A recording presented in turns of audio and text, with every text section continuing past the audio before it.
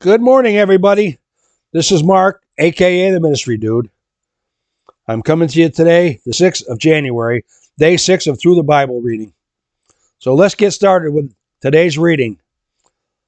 I'm not reading the whole thing, I'm just skimming over it a little bit. Y'all can pick up a copy of Through the Bible, and you can finish reading the whole thing. You can start from the beginning and go through. I'm just giving you some kind of an idea as to what is in there. All right, so let's get started here. Job 1:6 through 22, Satan, a roaring lion. We learn from this verse that Satan is always accountable to God. 1:10 through 11. This is the source material for today's popular hedge theory, that a Christian may pray a hedge of protection around another person, thereby ensuring God's protection. Many believe that God will be obliged to do it, treating this passage as a promise of Scripture. A word of caution is in order, however, because such an approach seems to allow us to go around as Satan slayers.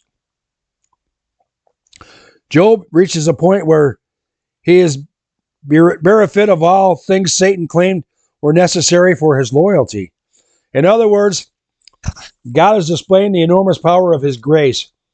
We should be encouraged to pray earnestly for those under the fire of Satan, that it is God's protection which we should be seeking. We must be careful not to be presumptuous with God. Excuse me. However, by approaching him with a common mentality, he may or may not grant our wishes. God has the right to be God.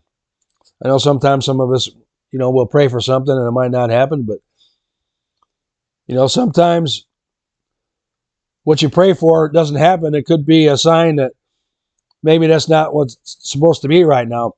It could happen in the future. It could happen today, or you could be thankful that it didn't happen at all. Additionally, consider how Satan treats a man who has become his target. Does he increase Job's wealth or bless his family? It is often said, correctly so, that Satan may lure a man with many possessions and enticements, but he only does that when he has to. His stance towards man, borne out by this passage, is to attack him rather than to make him rich. We read that Job fell in worship, then all this happened. So we form a Christian principle that we should act similarly in our own adversities. Let us not think that Job was behaving as he should behave. He was following the response of a heart which spent years cultivating a relationship with God through the good times and the bad. Job 2:1 through 6 and 7 through 13. Satan, he is a persistent enemy. Job was devastated by Satan. While Job may have lived after Abraham, the author believes the customs related in this book and the dealings of God with Job all seem to point to a time slightly earlier than Abraham.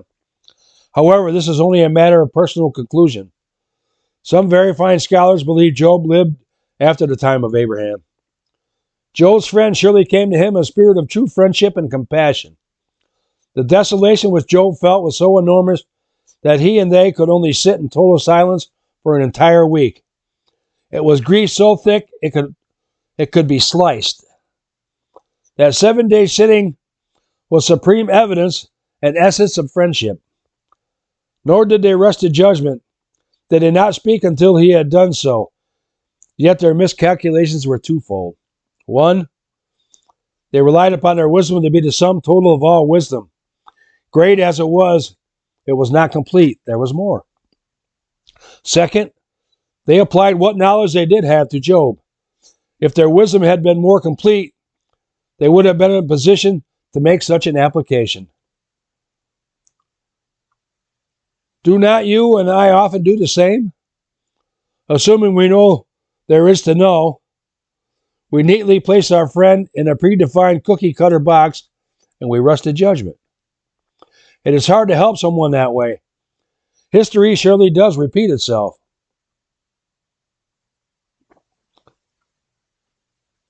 Matthew 1:18 through 25, the announcement of Joseph of Jesus' birth. The character of Joseph is quite remarkable. He was godly and felt he could not live with an adulterous woman. He was kind in that he chose divorce over stoning. He was a man of faith. How would we respond to such an unbelievable situation? He was steadfast because ultimately he chose to remain with Mary in spite of certain continual lifelong gossip. His source of strength was surely the visit of the angel. Luke 2:4-5. The birth of Jesus at Bethlehem. Each man went to the city which held the family records. Bethlehem was the original home of David's family. This act specifically fulfills the prophecy made in Micaiah 5:2. Note also that Luke the doctor is the only gospel writer to record the actual birth of Christ, the birth which has no human father. Quite incredible for a doctor. Here's the thought of the week. It is Satan's practice to go over the hedge where it is the lowest. He takes the easy road. He doesn't take the hard road. Thanks everybody for watching today. Thanks for absorbing all this. And I advise you to pick up a copy of Through the Bible. Check it out. You won't be sorry. Thanks for watching, and we'll see you again tomorrow.